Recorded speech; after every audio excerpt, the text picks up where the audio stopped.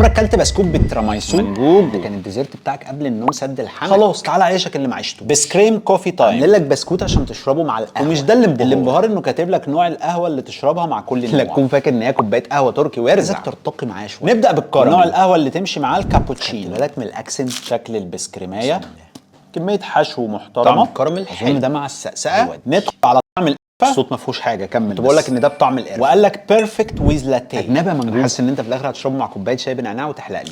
اوه ايه ده، قرفه قويه جدا.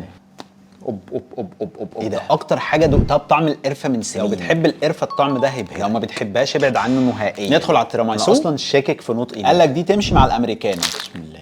شوف انا عايز اقول لك على حاجه، المفروض اللي انا فاهمه ان انا احس بحاجه طعم الكيك مثلا موجود، بس مش ابهار. ممكن تحس بتشعيره قهوه بسيطه قوي. بالنسبه لمنجوه اكتر طعم عجبني هو القرفه. بعديه الكراميل. شير الفيديو لعشاق القهوه اللي في حياتك ايا كان نوعها، سعر الكيس الواحد من دول 10. ولو انت ناسي تعمل فولو او سبسكرايب منجوه فكرك.